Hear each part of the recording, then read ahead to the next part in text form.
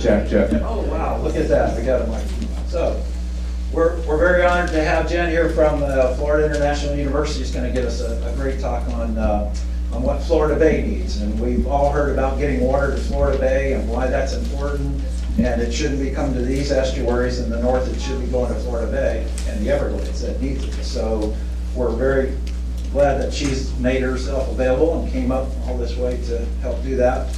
But before that, we've got some comments and starting. There have been a lot of meetings going on. There's been a lot of things, big events as well. The Indian River Lagoon Symposium was last week at Harbor Branch. 2 days of over 90 different presentations and conferences. I know Jackie, Paul, there were many people that were there.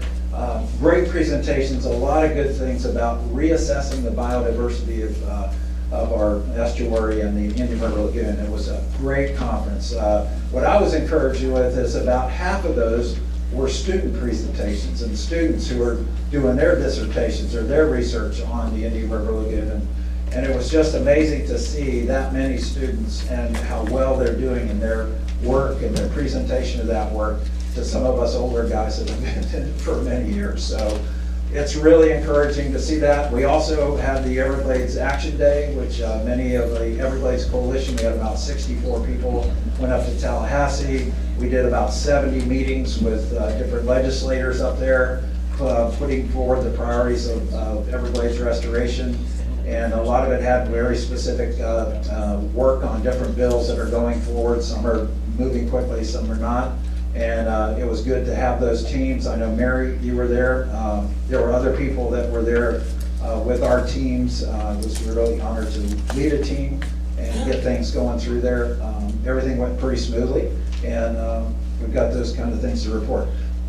We're also going to have announcements, but there are a lot of meetings coming up. And if you know of a meeting, like tonight, for instance, there's the Martin County Coalition meeting. And Conservation Alliance. Conservation Alliance is At the Wolf Technology Center. at the Wolf Technology Center. And that's Gary Goforth. 6:30 p.m. What more Gary can I Goforth. say? Well, what more can we say? And there's some other ones coming up in March as well, and we want to make those announcements here today towards the end of our meeting, but we also want to make sure we get that information to Barbara, and Barbara can get it put on the Rivers Coalition website so we can have a list of all these upcoming events. And even if they're regular meetings like the South Florida Water Management District or the LOSIM updates or the VMAPs or all those kind of meetings that are coming up, I think it's really important that we have a central list of wherever you know about a meeting coming up, get it to Barbara through her email. That way we can get it on the website, and then we can all go there to check in our calendars and say, oh, I gotta go to that one tonight with Dr. Gary Goforth, right? So I think it's really important. So what I'd like to do is have you all stand, and we'll do the Pledge of Allegiance to the flag. And if you don't want to do it now. I pledge allegiance to the flag of the United States of America and to the republic for which it stands, one nation, under God, indivisible, with liberty and justice for all. Thank you. So I'd like us all to stand for the members who are Rivers Coalition delegates or alternates. If you could stand up, and then as we introduce yourself, you could take a seat. But I want everybody to recognize how many members we've got present with us today. So we'll start up here in the front, go back to the back, and start here and go back. So. Alan Briscoe at Selfish Point, Trump Owners Association. Rick Hall, River Warrior. Welcome, welcome.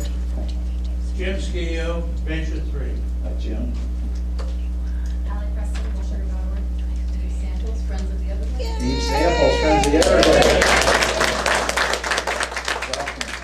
That's great. Diane Colbert, 6 Lot 5. Glenn Pellis, Stewart Run Real Club. Hey, Glenn. Annie Potts, Treasure Coast Rowing Club. Annie. Is that on this side? We'll go up here to the front. Paul. Paul Laura, Hutchinson Islands Preservation Initiative. Mike Connor, Executive Director, Indian River Keeper. Welcome. Jim Harder, Stewart Fly Runners. Hey, Jim. Todd Weissing, Lighthouse Point Homeowners. George Jones, Orca. Blair Wickstrom, Florida Sportsman. Blair. Walter Deemer, Martin County League of Women Voters, who just gave Jackie our annual award for outstanding service to her community. Wow.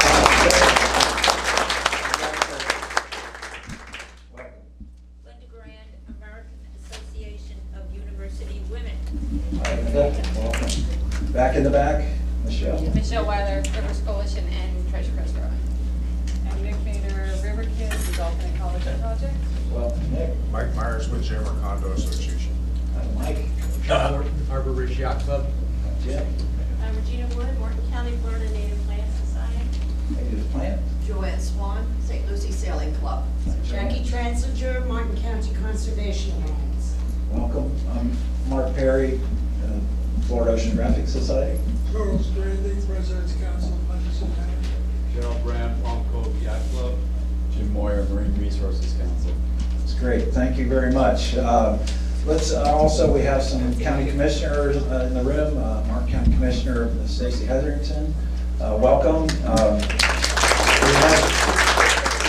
we have any other commissioners, local delegates?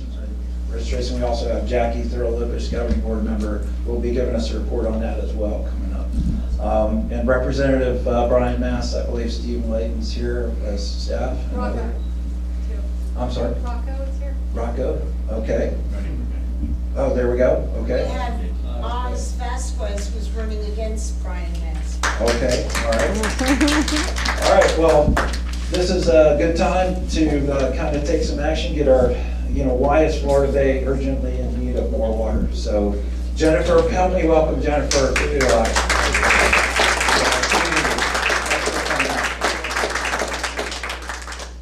oh my, gonna mic her up.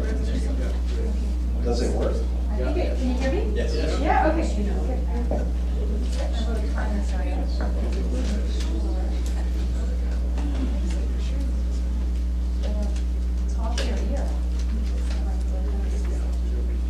Perfect. What a pleasure to be here. What a wonderful community. Thank you so much for having me. This is wonderful. You guys are such an example of stakeholder engagement. It's just a wonderful thing to do. I'm in Miami. I'm a fish ecologist by training. So I thought today I would tell you a little bit about Florida Bay and some of the things we encounter in the bottom end of the watershed. Can you guys hear me okay? A little loud? No, not so much.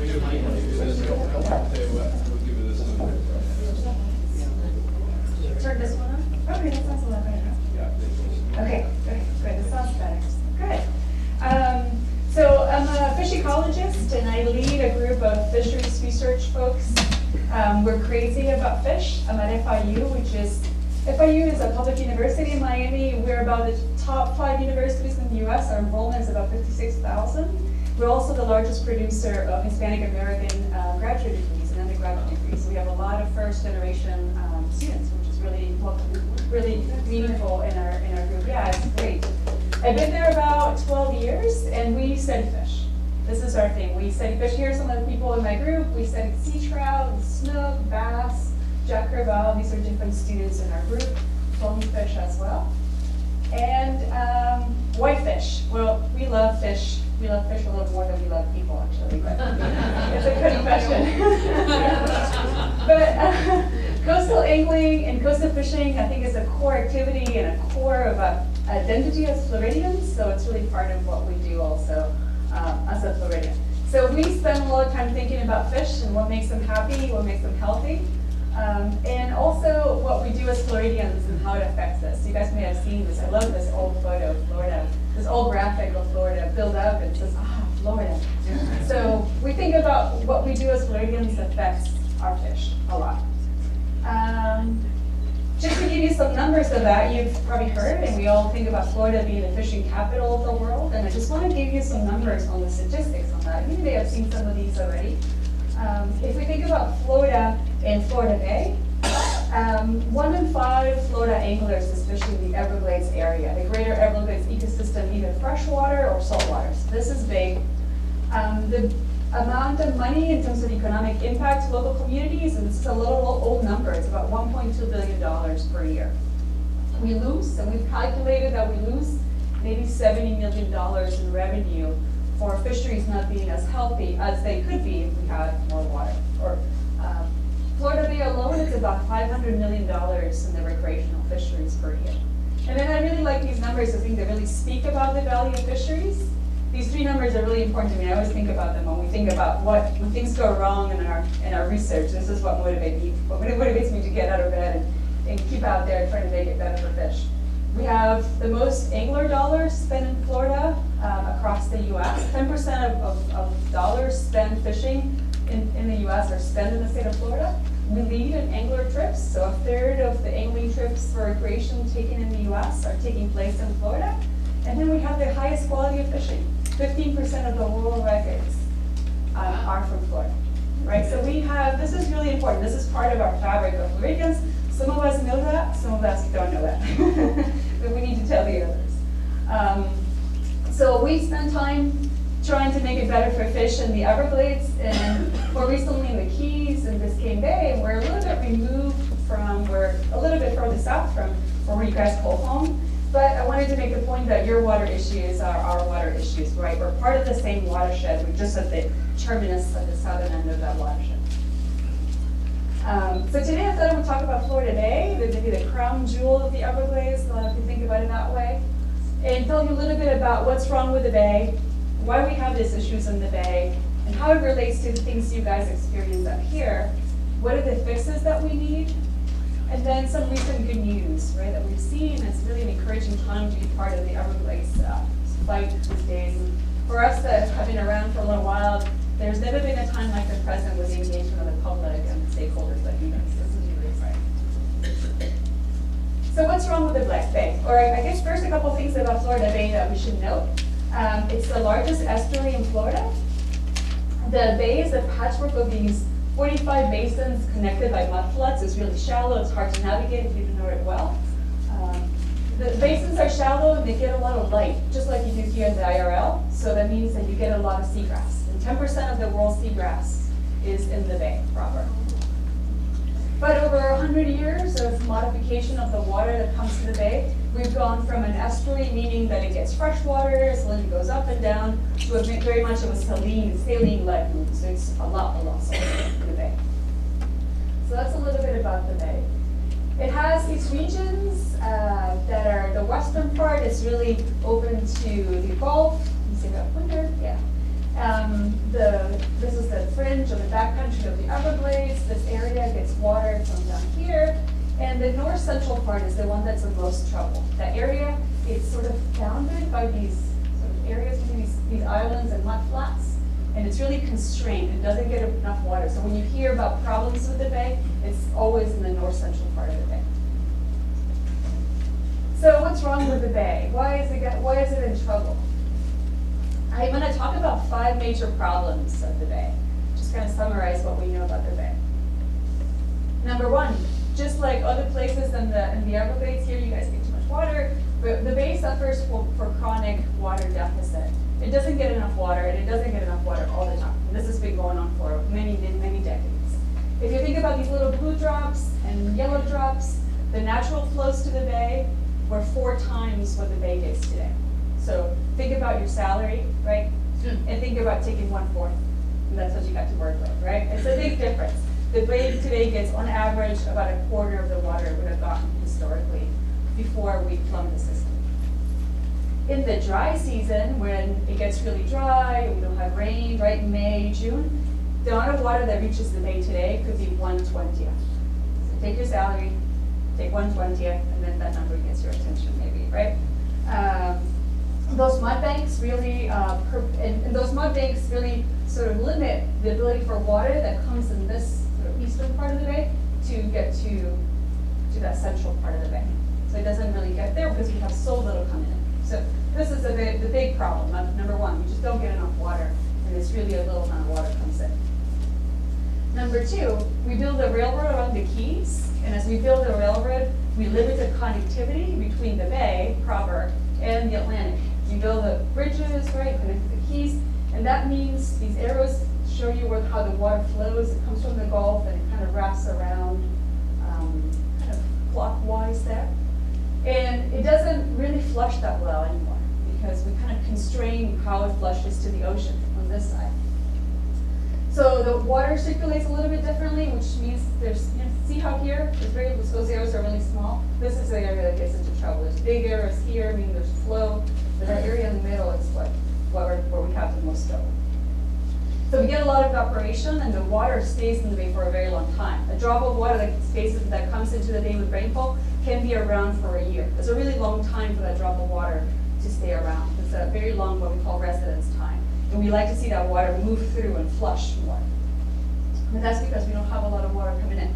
So most of the water enters the bay up here, and then it circulates out. We get a little bit here too, but there's limited circulation. And the bay now depends on wind driven tides for it to flush in a good way. So that makes it really different. We have less water, the water moves in a different way now today for constraints. Number 3, because of the chronic water deficit, we get really, really high salinities in the bay. These circles show you the salinity pre-drainage, what's estimated in the natural system 100 years ago before the plumbing. And then the darker colors is the present salinity. So if we go, for instance, right here, this is an area that we study a lot, Terrapin Bay, the current salinity is 24. Salinity of seawater, what is that, 35? 35, right? So 24 is pretty close to salt water. And if you look at that number in the middle, it's 4. So salinity of the historical area would have been 4. So that's a huge difference. And if you look at the size of the large circles and the small circles, they're really different up here on the shoreline, as you might expect, the area that's close to shore. So if we go to Joe Bay, salinity would have been 3 historically, and it's about 15 today on average. So we're dealing with a system that's really, really different in terms of salinity. And we could do the same thing for Biscayne Bay. The differences are even more greater between Biscayne Bay currently and historically. So we have a much, much saltier system, and that means that more water is evaporating than coming in. And we can trace back these high salinities back to the 1950s. There's some really cool techniques where you can go into the sediment, and you can take a PVC pipe and drill it into the sediment, and then take a 5 feet long, go as far as you can until you hit bedrock, take the sediment out, lay it on a table like that, get a bunch of grad students, motivated grad students, and then you go in there. We don't do this, but we have colleagues that do this, and then you can go in there and look for little critters, little shells, of little clams, little critters, and those little critters have very specific salinities. They like a certain range salinity. Too salty, or maybe a little bit of salt, and you can figure out who was there 20 years ago, 40 years ago, 50 years ago. And people this way have estimated that in the 1950s, and you go back on those sediments, 1950s, you see the bay gets really, really salty. So it's been a long time, right, before that. So that's a really cool technique. And in fact, we use those salinities to estimate how much fresh water the bay, or those techniques, those sediments and those little critters in the sediments, to estimate how much fresh water would have come, and then we use those to set up salinity targets for restoration for the bay. So it's a really nice technique that we have. And there's a bunch of people at the USGS that have taken those data throughout the bay from the course. Okay, number 4. This is the kicker. Because we have that chronic illness, you're chronically ill, when something goes wrong, it goes really wrong. So if we have a drought, and we have no flows coming into the bay, and we have a little bit of a drought with no rainfall locally to give it fresh water, then the salinities go crazy. So here's a graph of Garfield Bight, an area along the coast. The salinity at present is about 29, very close to the 35. That's the number of normal seawater. The salinity historically would have been 10, which would have been, you would have tasted that water, you would have tasted a little bit of salt, but it would have been not that salty. And what happens is when we get a drought, like we did in 2015, we get no rainfall, the salinity gets really, really, really high. So it got to 72, this area. That's all double seawater. We've never seen 72. The gauges here have been in here since the 80s, never seen 72. So that's really high, double seawater. That's very, very stressful for fish, very stressful for seagrass.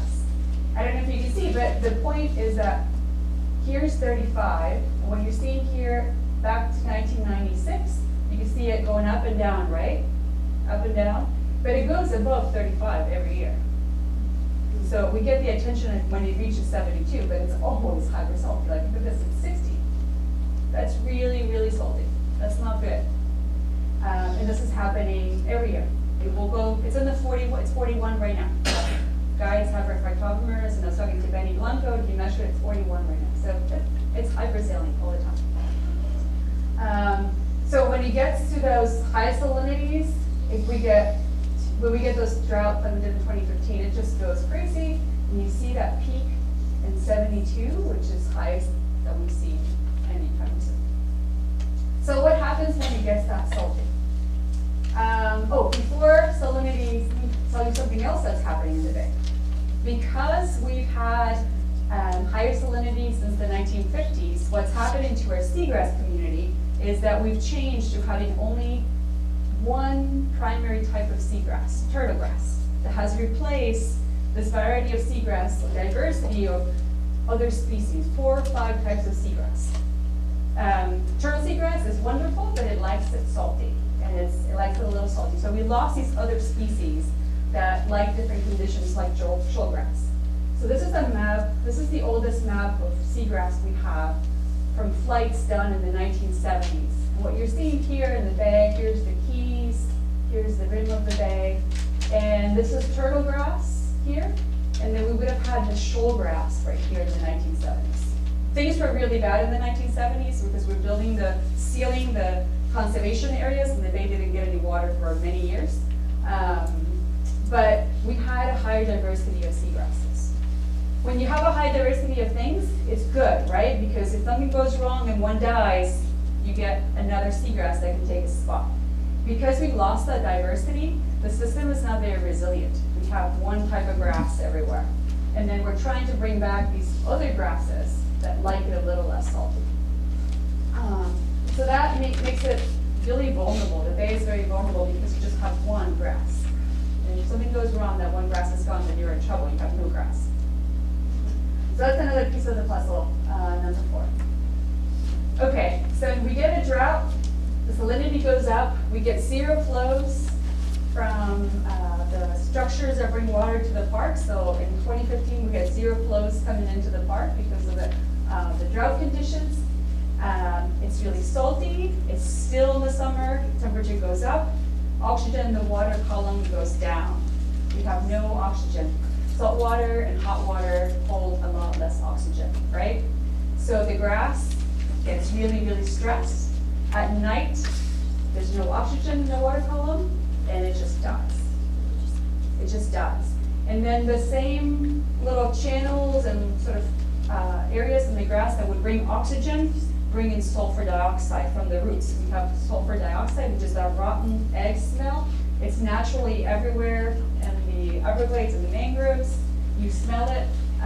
It's natural part of our sort of geology, but it comes into the grass blades when there's no oxygen coming in. So overnight, the grass just dies because it just gets starved of oxygen. Yeah. Did you say sulfur dioxide? Yeah. Hydrogen sulfide? I'm sorry, hydrogen sulfide. Thank you so much. I'm sorry. That makes a lot more sense. Did I sit down? So yeah, my mind's on thinking about data. Yes, hydrogen sulfide. It gives you that rotten smell, rotten egg smell. So those same channels are grabbing that hydrogen sulfide from the sediments, and you get mortality. The areas that you see in the hash marks are areas where the grass died. We lost the most luscious, the most dense seagrass beds, because every grass blade is competing for oxygen, right? So that dense seagrass beds are most vulnerable, so we lost areas that were most vulnerable. So you can see the central part of the bay again, the area in hash marks, that's the areas that were affected. We had a similar seagrass die-off, but it had a different distribution in 1987. Same thing, drought, more severe drought, 2 years of drought. And then we lost these beds that were very luscious and very thick. 17,000 football fields of seagrass rot.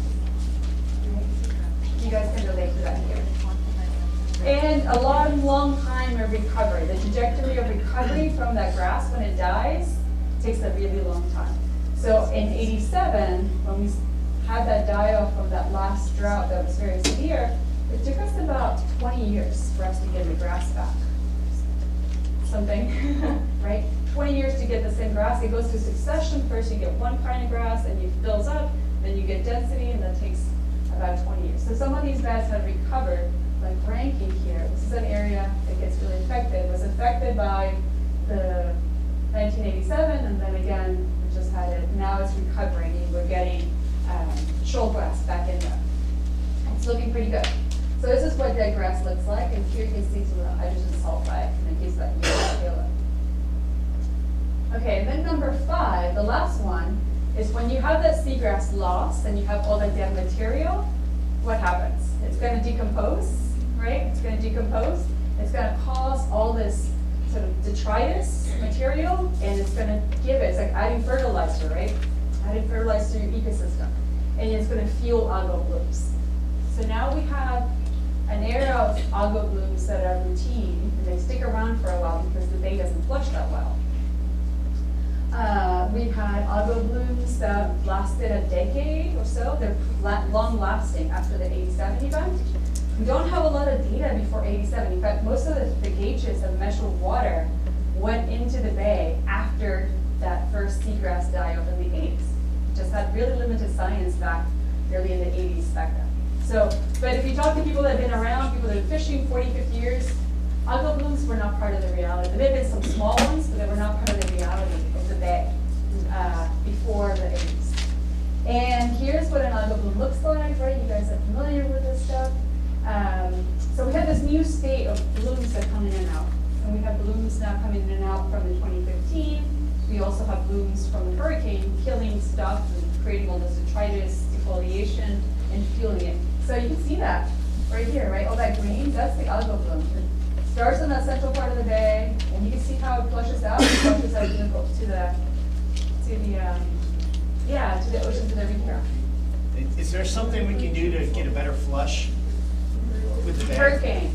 But I didn't say it. I never said. Besides an act of God, is there something that we can do? Hurricanes, yeah, I'll talk about that. Hurricanes are really good. So we can get one of entry like right here. Yeah. Hurricane would be good. And then you can see here also, we lost some of the grass on this side, and you're seeing there all this loose sediment that is suspended because we don't have grass to hold on to it.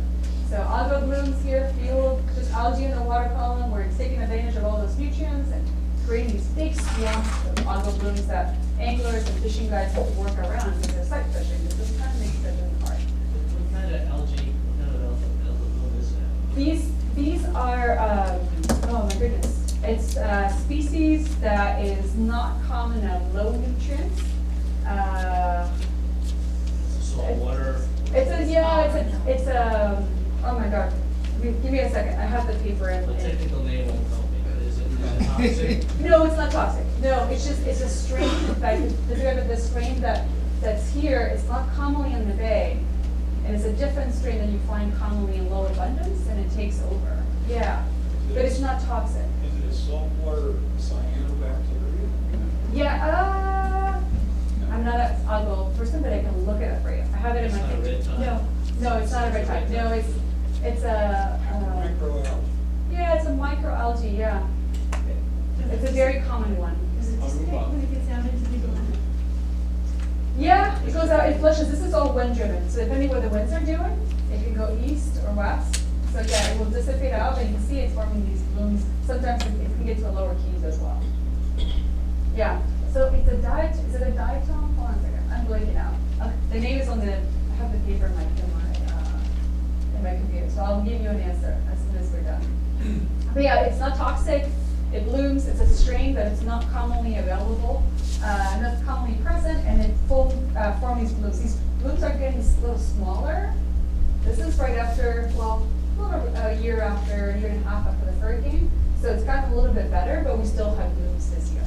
But it's a nutrient pollution. It's a nutrient-driven, yeah. Fuels, yeah, organic nutrients, yeah. And this probably exacerbated by mangrove die-off. See the brown stuff here? There's a lot of mangrove death there that's kind of fueling it.